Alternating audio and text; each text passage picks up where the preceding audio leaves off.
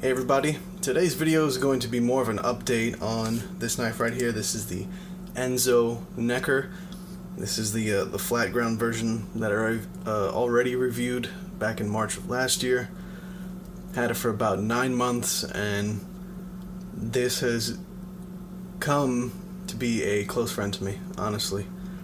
I've carried this knife every single day for the past 9 months with the leather belt sheath that it comes with. It's a very nice knife all around. Now, there are some problems with this knife that I've come into over the past few months using this knife, and a few things that I really like about this knife, and I'll get into that now. I don't know if you can see just how thin these micarta handles are. It's a hand-filling handle, as in you can get all your fingers on it, and it's comfortable to grip in a sort of hammer stab position. But the handle's just a little too thin, like when you start scraping bark or whatever, wood. It gets a little fatiguing pretty fast because, again, the handle's really thin.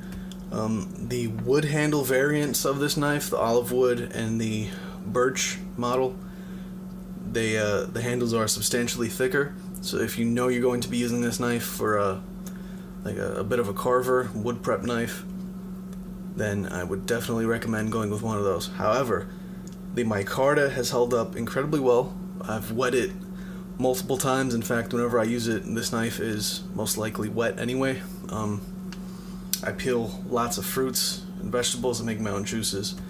And as you would imagine, I get like orange juice and like apple juice, beet, the liquid from the beets going onto the handle, and I'm constantly rinsing the knife. The knife doesn't want to slip out of your hand despite the micarta slabs being a little slick, but they get this kind of like matte feel to them, so they're not really slippery. So over time it kind of wears down and it gets a little grippy. So that's just what I noticed.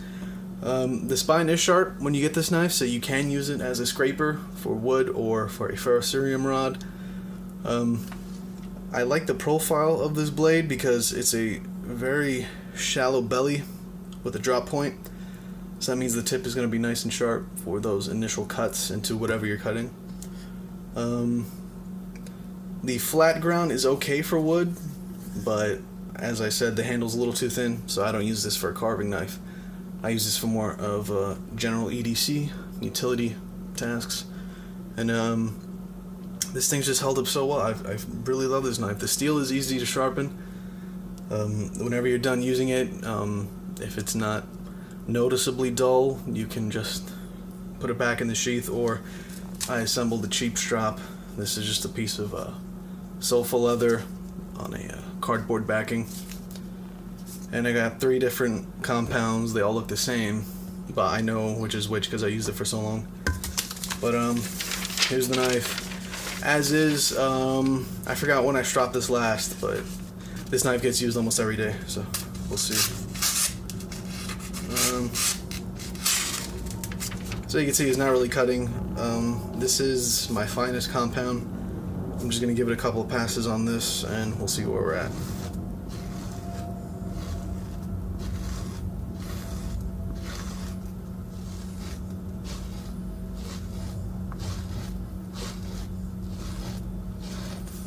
That was about 7 passes on each side. Let's see where we're at.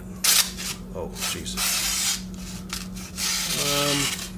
Okay, so better, but I'm going to give it a couple more passes, see if that does the trick. As I said previously, the Sandvik steel is really easy to sharpen.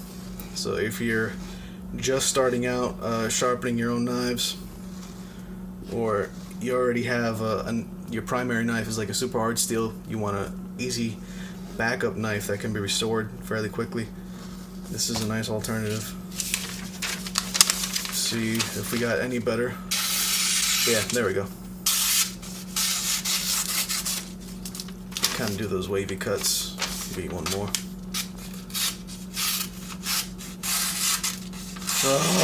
Alright, so it's not perfect, but this is a utility knife. Just for reference real quick so you can see sharpness, this is a old K-bar. I kind of cleaned up a little bit. It was super pitted and rusty along the flat. This is a flat ground blade with a round back. I believe this is a 1205 K-bar, could be wrong. But just so you can see how sharp this knife is in comparison.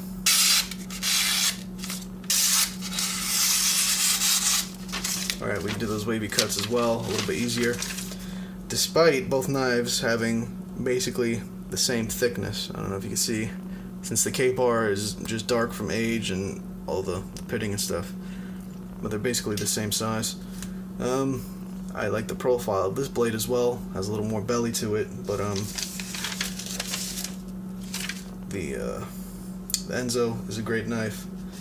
Now, if you're going to take this out into the woods, I would pair this with something larger, like this knife. Not this one in particular, because it's I believe it's a stick tang. Like, it's full tang, but it's a narrow tang. So I think narrow tang is the proper term for it. Where this one is full tang. This is a great little skinner. As I said, I use this for fruits and vegetables all the time. Used it to peel the skin off of plantains, which are notoriously thick. I peel beets with it. I peel oranges. The beets are a good indicator of how well the knife works, because the skin on a beet isn't so thick, but it's pretty tough. So if you have a good geometry on your blade, it's a good indicator that you have a good knife. What else we got? That's pretty much all I can say about this knife. I mean, if you're on the fence about this knife, I can understand why. It's a little small. Blade's just over 2.5, but the handle is hand filling regardless of which version you get, the micarta or the wood handles. But the wood handles are in fact a bit thicker. But this one's very low profile, dark micarta. You know, nobody's gonna really notice it if they see the sheath on your belt. And as I said, it's just a joy to use in skinning tasks. You put your finger right up here, and the way I do the plantains is I hold it just like this, and I make the incision cut. I bring my finger about like a third of an inch away from the tip, and that's just enough to get into the peel of the plantain. And I'm able to just make one smooth cut all the way up, and it's just a joy. The one thing I will point out is that these don't have a sharpening choil on them. I don't know if you can see that. But if you're handy with a file or something, or you have a really small Dremel, you can add that to your blade. That just lets you get all the way back here with your stones. And it's a good idea to do. Wish Enzo would do it, but in this price range, you can't really expect them to make this the perfect knife. But having had such a great time using this knife and carrying this knife, I would in fact take a look at the rest of the line. I'm trying to get the Enzo Badger in D2 with the convex grind. What a lot of people don't know is that D2 was made for edge holding, whereas A2 was made for toughness.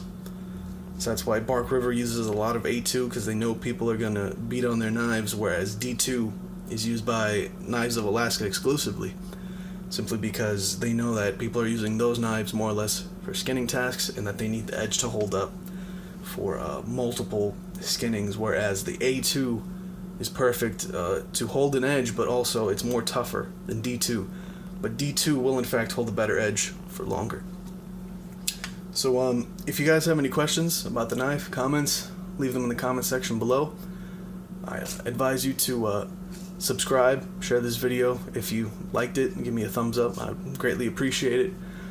More knife reviews to come in the near future, but I'm gonna crank out a few of these like update videos so that you know my experience with the knife over a period of time. But I will do a couple of just straight up unboxings or first impression videos. But thanks again, guys. Have a good one.